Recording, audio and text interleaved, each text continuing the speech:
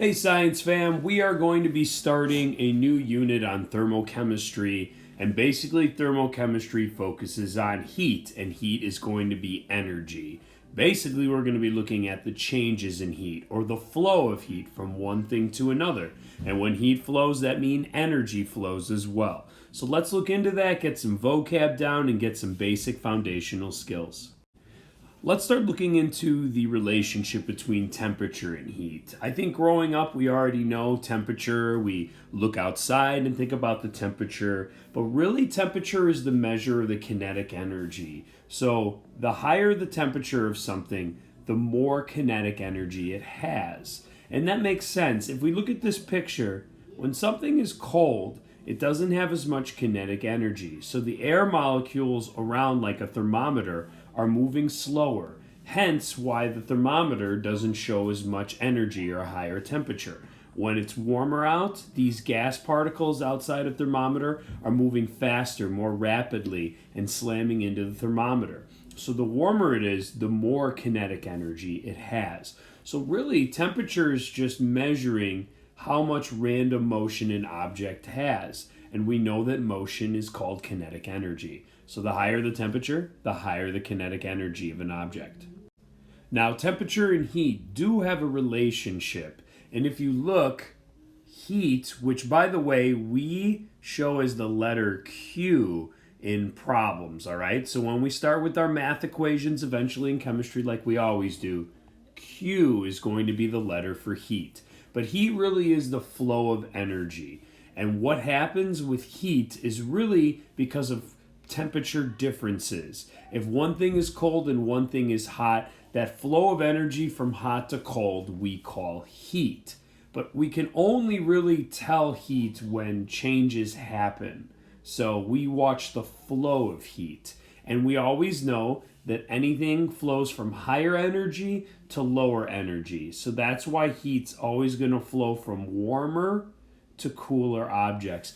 If you look at the picture down below here, if you have a 40 Celsius object and a 60 Celsius object and you mix them together, what's really going to happen is that higher energy 60 Celsius liquid is going to heat up some of the 40 liquid. So the energy is going to transfer from the warmer object to the cooler object. In the end, when you mix these two together, you're going to end up with a temperature that's in between 40 and 60 degrees. And I think that's no shock to you guys. But again, we know that heat is the flow of energy and that more energy always goes to lower energy or warmer to cooler. We're going to come back again to the law of conservation of energy. The common way to say this is that energy is neither created nor destroyed. And what does that really mean, though, neither created nor destroyed? It means that energy just doesn't appear or disappear. It always has to come from somewhere and go somewhere. So when we're doing anything with a chemical or physical change in chemistry, whether it's a physical change like something melting or a chemical change where there's a reaction, there is going to be a flow or a transfer of energy. And that means that somewhere, somehow, we have to figure out where that energy went. Sometimes it's stored up energy, like in the chemical bonds. Sometimes it's given off as heat, and the heat is transferred, either taken in by the reaction or given off. Or it can be used as work. And we know that work is just some object that's using energy to move it in some way. But regardless, whatever's happening, we know that that energy just doesn't disappear or come from nowhere and up here. It has to transfer from one thing to another. So we know that in every reaction that we've learned about chemical reactions before, there's some type of change in energy. And most reactions happen because they eventually end up in a lower state of energy. So we're going to look into that further as well, how that all works together with the conservation of energy. When we start thinking about a flow of energy in and out, we have to bring up the common terms that you've probably heard before. That's exothermic and endothermic. So when a chemical reaction occurs, it's either going to release and give off heat, or it's going to absorb or take in heat. Let's define both of those and look at examples of each of those. So endothermic will be our first one. All right, endo, meaning inside, means that the heat is going to go into the system.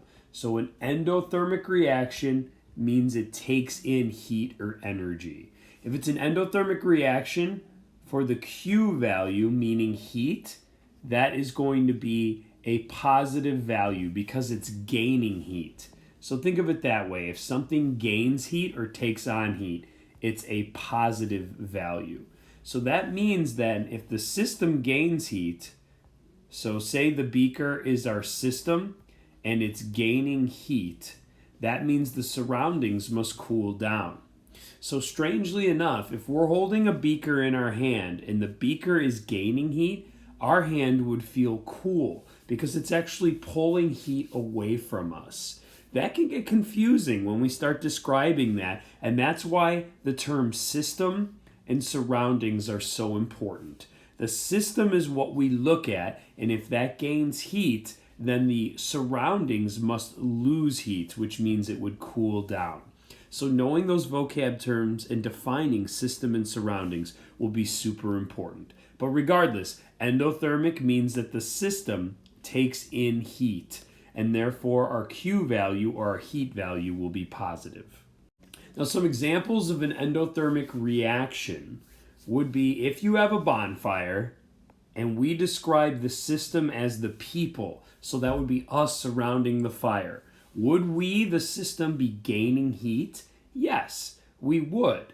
So because of that, we would be experiencing an endothermic process because we would be taking on heat. Now, if you reverse that and we're talking about the bonfire being the system, we couldn't call it that, right? So again, we get into that situation where the system and the surroundings are super important to define. Otherwise, this can get really confusing. Another example of an endothermic process would be like boiling water. If the water would be the system, would we have to put in heat in order to boil the water? Yes, we would. So therefore, boiling water is an endothermic process because it needs to take in energy in order to heat. That's a good thing to think about when we do our water heating curve lab where we boil water. If you're taking in heat to boil it, that's an endothermic process. And that is a physical change, right? Going from liquid water to boiling water. The opposite of endothermic is exothermic. And I'm thinking you already can guess what that is. If endothermic is taking in heat, exothermic is pushing out heat into the surroundings. Now, since the system is losing heat, that means your Q value is going to be negative because you're losing heat. And again, you have to define what the system is so you know if it's losing or gaining heat. But if the system loses heat, that means the surroundings heat up. So if we went back to that bonfire example and we said the bonfire was the system, all right, that means that that bonfire is giving off heat. That's an exothermic process. And if we were the surroundings, we'd be heating up. That would be us heating up, so the system would be losing heat. That'd be exothermic. That's confusing though, isn't it? Because if we defined it as we did earlier as us as the system, it's a completely different process. Again, just trying to make the point that it's important to decide and define what the system and surroundings are before you can determine if something is endothermic or exothermic. Some examples of exothermic processes. If we say that our body is the system and we are a very sweaty person that's working out, that is an exothermic process. Our body is trying to rid ourselves of that extra heat and energy. In fact, that's why the body sweats, right? The liquid water absorbs that heat and evaporates away to cool the person off. So if you think about it, if the heat is flowing to the outside in some way, which our bodies push out the heat, that is an exothermic process as long as we're saying that our body is the system. How about just lighting a match? If our match is the system, the combustion of that match, right, the fire itself, is an exothermic process. Because the match is the surroundings, it's giving off the heat. And again, that means that its heat or its Q value would be negative because it's losing that energy.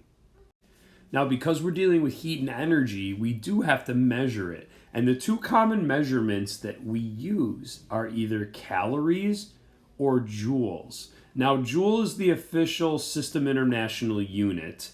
That's the most common one to use, J for joules. But a calorie, C-A-L, you've heard of, but the calorie that we use in science is much smaller. In fact, we use capital C, food calories. A food calorie is actually the same thing as 1,000 little science calories. So these little c, lowercase c calories, we call the science calories. And if you have a capital C, that is a food calorie. So if we eat a Snickers bar and it's, let's say, 200 food calories with the big C, that's the same thing as saying it's 200,000 science calories with a lowercase c. All right? Because a food calorie is 1,000 times bigger than a science calorie, you could also say that one food calorie is equal to 1 kilocalorie in sciences. What does that mean? Well, think about it. 1,000 little calories is the same as 1 kilocalorie in science. So a food calorie is equal to a kilocalorie if we're talking about the little calories in science, okay? I know that's confusing at first, and go figure, United States is confusing with what we use for our measurements. But in the end, you'll be able to figure it out, no worries. A capital C food calorie is 1,000 times bigger than a little scientific calorie. Also, notice that a joule is even smaller than a science calorie. It takes over 4 joules of energy to equal 1 calorie of energy. All right, but we're going to be using that and converting. And in fact, we'll do some converting practice. Do you know how to do that? Absolutely. We just have to use our conversion factors. So say I had 50 joules of energy and I wanted to know how many calories in science that was. You know how to do this. Let's put joules on the bottom to get rid of the unit. Let's put calories on top so that we can get to those units. And then I look down here at the bottom. There's about 4.184 joules for every 1 science calorie. My joules would cancel out. I'd be left with units of calories for my answer. And I would just have to do 50 times 1 divided by 4.184 to get my answer. All right, so conversion should be no big deal. We've been converting all year. Use your dimensional analysis in units to cancel out, and we should be good to go. All right, so this is Introduction to Heat and Energy in Thermochem. Hopefully this makes sense, and hopefully you can start transferring this knowledge to some of our labs, including the water heating curve with exo and endothermic. Take care, science fam.